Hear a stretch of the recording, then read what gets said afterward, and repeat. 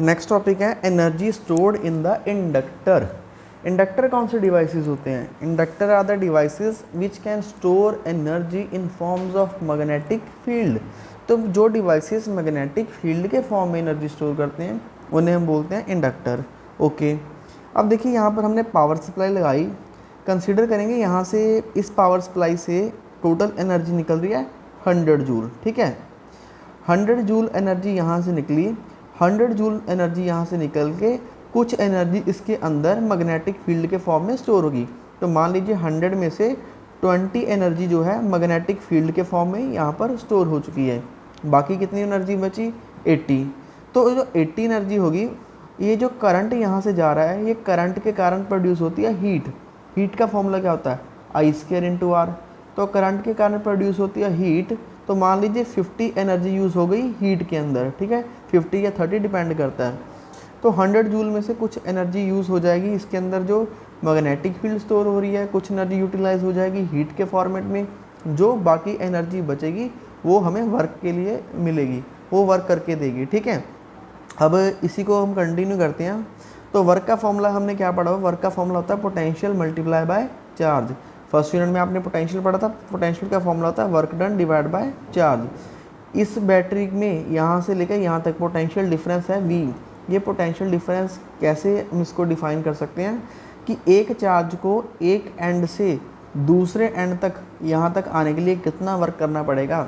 जितना वर्क करना पड़ेगा उतने क्या होता है? पोटेंशियल। तो यहाँ से वर्क का फॉर्मूला निकाल लेंगे, potential into charge. So work is potential into charge. Charge का फॉर्मूला क्या होगा? चार्ज का फॉर्मूला होता है current into time, Q is equal to I into T. चलिए मान लेते हैं स्टार्टिंग में small amount of charge I is given to the coil. जैसे हम यहाँ से पावर सप्लाई लगाते हैं तो करंट 0 से I इंक्रीज़ होता है। ठीक है, 0 से I की तरफ। तो वर्क का फॉर्मूला क्या होगा? Voltage into current, voltage into current. और स्मॉल अमाउंट ऑफ वर्क मतलब जब बहुत कम चार्ज यहाँ से मूव किया होगा बैटरी से तो स्मॉल वर्क डन होगा। तो उसके लिए हम लिखेंगे voltage into current time dt, क्योंकि जब थोड़ा चार्ज वहाँ पर गया होगा, कम चार्ज गया होगा, तो उसको टाइम ही बहुत कम लगा होगा। अब जो V है पोटेंशियल डिफरेंस, इसको हम लिख लेते हैं E से, that is the EMF I into dt। Okay, अब जो E है that is the EMF induced. जो EMF इंड्यूस होगा, हमने ये सेल्फ इंडक्शन वाले टॉपिक में पढ़ा था। EMF जो इंड्यूस होता है उसका फॉर्मूला क्या होता है? E is equal to -L into DI/dt।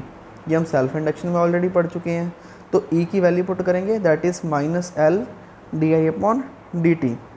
ये I into D T as it is रखेंगे, dt से dt कट जाएगा, जो बचेगा उसको लिख लेते हैं L कांस्टेंट क्वांटिटी रहेगी, coefficient of self induction I into D I. अब जो करंट है 0 से I की तरफ इंक्रीज़ हो रहा है, तो जितना करंट इंक्रीज़ होता जाएगा उतना ही वर्क डन इंक्रीज़ होता जाएगा। तो maximum work done find out करने के लिए दोनों साइड इंटीग्रेशन करेंगे, और यहाँ पर करंट इंक्रीज़ हो रहा है 0 से I की तरफ। ठीक है, अब जब करंट इंक्रीज़ हो रहा है तो I इंटू डी आई का इंटीग्रेशन क्या होगा? I इंटू डी आई का इंटीग्रेशन होता है I² डिवाइड बाय 2। ये L ऐसे ही है, I इंटू डी आई का इंटीग्रेशन होगा I² डिवाइड बाय 2। तो इतना वर्क हो रहा है बच्चों। ठीक है, जितना वर्क होगा उतनी ही एनर्जी इसके अंदर स्टोर्ड रहेगी। ठीक है, ये है energy stored in the inductor which is in form of magnetic field. पर जो हमारे पास आंसर आया है ये अभी मैग्नेटिक फील्ड के फॉर्मेट में नहीं आया, ये सिर्फ इंडक्टेंस के फॉर्मेट में आया है। हम इसको मैग्नेटिक फील्ड के फॉर्म में चेंज कर सकते हैं। आपको याद होगा जब हमने सोलेनॉइड में मैग्नेटिक फील्ड स्टोर करवाई थी तो उसका फॉर्मूला क्या रहता है? μ0 n इंटू आई। ठीक है, तो यहाँ से हम I की वैल्यू निकाल सकते हैं। ये क्या आ जाएंगे? μ0 n। तो यहाँ से I की वैल्यू निकाल लेंगे। ये जो I की वैल्यू है यहाँ पर पुट करेंगे, और जो कोफिशिएंट ऑफ सेल्फ इंडक्शन होता है उसकी वैल्यू भी यहाँ पर हम पुट करेंगे। ठीक है, तो पुट करने पे क्या आ रहा है? यहाँ पर L की वैल्यू क्या निकल के आएगी? L की वैल्यू आपको याद करना है, कोफिशिएंट ऑफ सेल्फ इंडक्शन में किया था μ0 n² A into L। I की वैल्यू पुट करेंगे, ये वाली पुट करने के बाद इन पैरामीटर्स में जो सेम है उनकी कटिंग करेंगे। कटिंग करने के बाद जो हमारे पास फाइनल आंसर निकल के आएगा वो फाइनल आंसर होगा ये। ठीक है, that is the energy stored in the inductor which is equal to 1/2 μ0 AL into B²। तो एनर्जी अब स्टोर हो चुकी है in forms of magnetic field. अब ये एनर्जी स्टोर्ड हुई है, ये इस पर इस एनर्जी की डेंसिटी कितनी है मतलब कितने वॉल्यूम में कितना एनर्जी स्टोर है उसको हम बोलेंगे एनर्जी डेंसिटी। इसका सिंबल हम लिख लेंगे छोटे म्यू से, that is energy per unit volume. तो ये है एनर्जी, ये सारी एनर्जी है। और वॉल्यूम का फॉर्मूला क्या रहता है, एरिया इंटू लेंथ। ठीक है, वॉल्यूम का फॉर्मूला क्या होगा, ये जो नीचे वाला वॉल्यूम है इसका फॉर्मूला होता है area into length. AL/CL cut जाएगा। So this is the energy stored in the inductor. So ये है energy density stored in the inductor है। ठीक है, आपको बेटा याद होगा अगर मेरे पास एक सिर्फ रेजिस्टेंस है, ठीक है, रेजिस्टेंस में कितना ही हीट प्रोड्यूस होती है, हीट का फॉर्मूला क्या होता है I²R। तो रेजिस्टेंस हीट प्रोड्यूस करती है, दैट इज़ I²R। ये एनर्जी स्टोर नहीं करती, साथ साथ लिबरेट करती रहती है।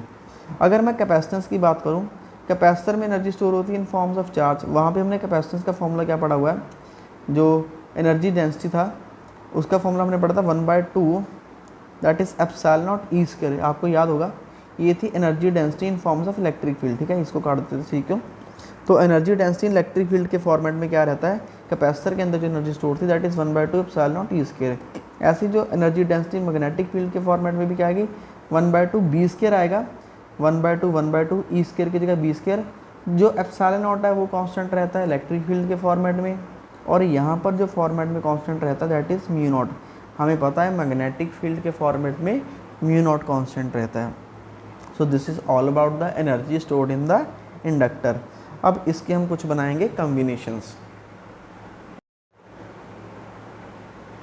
अब हम करेंगे जो कॉम्बिनेशंस क्या क्या है, इंडक्टर को कैसे कनेक्ट कर सकते हैं। अभी हमने देखा कि इंडक्टर जो एनर्जी स्टोर करता है अपने अंदर वो मैग्नेटिक फील्ड के फॉर्मेट में स्टोर करता है, जिसका फॉर्मूला ये रहा 1/2 μ0 × B²। ओके, अब देखिए हमने यहाँ पर 3 इंडक्टर कनेक्ट किए हैं, फर्स्ट इंडक्टर, सेकंड इंडक्टर और थर्ड इंडक्टर। और ये तीनों के तीनों इंडक्टर हमने पावर सप्लाई से कनेक्ट किए हैं। ओके, जब ये सीरीज़ में लगाएं, चाहे आप DC पावर सप्लाई से भी लगा दें, DC भी लगा सकते हैं। जब यहाँ से हम पावर सप्लाई ऑन करेंगे तो तीनों इंडक्टर में करंट जाएगा।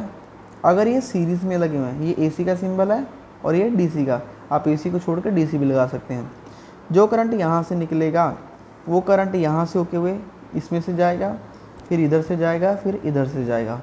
तो सीरीज़ में क्या रहता है, करंट जो रहता है सेम रहता है, पर जो पोटेंशियल डिफरेंस है या EMF इंड्यूस होगा वो तीनों में अलग अलग होगा। क्यों? क्योंकि जो हमने इंडक्टर लिए हैं उन तीनों के साइजेस अलग अलग लिए हैं, तीनों का कोफिशिएंट ऑफ सेल्फ इंडक्शन अलग अलग लिया है, L1, L2 एंड L3। तो जो टोटल EMF है उसका फॉर्मूला क्या लिखेंगे, E1। EMF जो इंड्यूस होगा पहले वाले कंडक्टर में, ऐसे ही दूसरे वाले में और ऐसे ही तीसरे वाले में, तीनों को ऐड ऑन होके मिलेगा। अब E की वैल्यू क्या है, जो EMF इंड्यूस होता है उसकी वैल्यू क्या होती है, -L × dI/dt। ये सेल्फ इंडक्शन से पढ़ा है हमने, तो इसकी वैल्यू लिखेंगे -L dI/dt। इसके लिए क्या लिखेंगे, -L1 dI/dt, इसके लिए -L2 dI/dt और इसके लिए -L3 dI/dt। ओके, तो dI/dt सब में कॉमन है। यहाँ पर I1, I2 और I3 क्यों नहीं आया, क्योंकि करंट क्या है, सेम ही जा रहा है। तो ये कट जाएंगे, DI कट जाएंगे, यहाँ पर आएगा L = L1, L2 और L3। तो जो इंडक्टेंस है सीरीज़ में लगाने से इंक्रीज़ हो रही है। ठीक है, अगर हम इंडक्टर्स को सीरीज़ में लगाते हैं तो उनकी इंडक्टेंस इंक्रीज़ हो जाएगी। अब चलिए इसको पैरेलल में भी लगा लेते हैं। ओके, जब हम पैरेलल में लगाएंगे तब क्या होगा, यहाँ से हमने लगाई पावर सप्लाई, इस पावर सप्लाई को कनेक्ट किया 3 इंडक्टर से, फर्स्ट, सेकंड और ये थर्ड। तो जो यहाँ से करंट जा रहा है बच्चों, ये 3 पार्ट में डिवाइड हो रहा है, फर्स्ट, सेकंड और थर्ड। अब पैरेलल में हमें पता है वोल्टेज सेम रहता है, पोटेंशियल डिफरेंस इन तीनों के अमंग सेम रहेगा। जो पोटेंशियल डिफरेंस इस पावर सप्लाई का है वो इन तीनों में सेम रहेगा। ठीक है, अब टोटल करंट क्या हो रहा है इस सर्किट में, current in first inductor, current in second one and current in third. अब जो करंट, इसका डेरिवेटिव करते हैं, डेरिवेटिव क्या होगा, that is change in current per unit time, change in current per unit time, ऐसे ही दूसरे वाले के लिए, ऐसे ही तीसरे वाले के लिए।